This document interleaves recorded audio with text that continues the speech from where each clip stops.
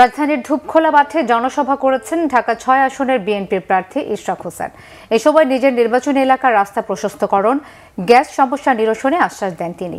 একই সাথে মাদক, চাঁদাবাজ ও সন্ত্রাসের বিরুদ্ধে জিরো টলারেন্স নীতি গ্রহণ করেছেন বলেও জানান ইশরাক হোসেন।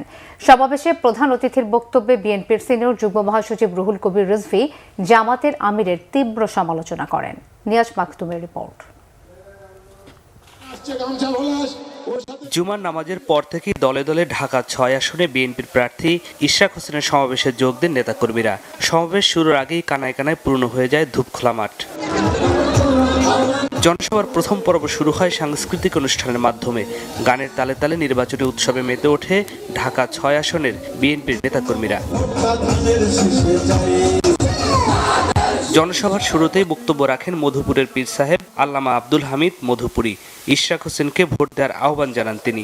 বলেন, ভালো মানুষ সেজে যারা মানুষকে ধোঁকা দেয় তাদের কাছে যাবেন না।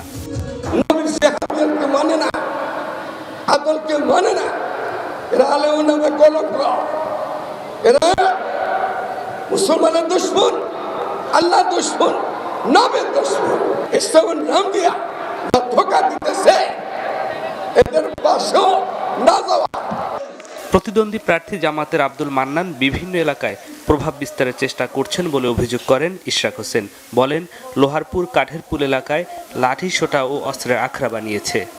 যাকে ভরে ভরে লাঠি সোটা, স্ট্যাম্প এবং দেশীয় অস্ত্রশস্ত্র সেই কসমোপলিটন স্কুল থেকে আমাদের প্রতিদ্বন্দ্বী রাজনৈতিক দল এবং তাদের ছাত্র সংগঠন সেখান থেকে সরিয়ে নিয়ে গেছে। তারা পায়তারা করছে, আমাদের মা বোনদেরকে ঘরে ঢুকিয়ে দিবে, তাদেরকে গৃহবন্দী করে রাখবে। এমনকি আমি মনে করি তারা যদি কোনোভাবে বাংলাদেশের রাষ্ট্র ক্ষমতা দখল করতে পারে, শুধু নারী নয়, আমাদের সকলের ব্যক্তি স্বাধীনতা হরণ করবে।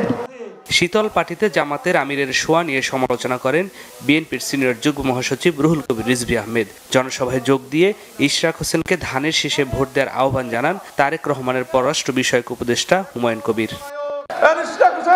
আপনারা আমাদেরকে এমপি মনোনয়ন দেন, আমাদের নেতা আপনাদেরকে আরো মর্যাদাপূর্ণ কিছু উপহার দিতে পারেন আপনাদের এলাকার উন্নয়ন করার জন্য ইনশাআল্লাহ। শীতল পার্টি দিয়েছে, উনি চট করে ওই শীতল পার্টি স্টেজের মধ্যে বেশ পিছিয়ে পড়ে শুয়ে পড়লেন। ভাই, এই ভণ্ডামি কেন? জামাতের আমির সাহেব কি কাপড়ের কাপড় দেয়?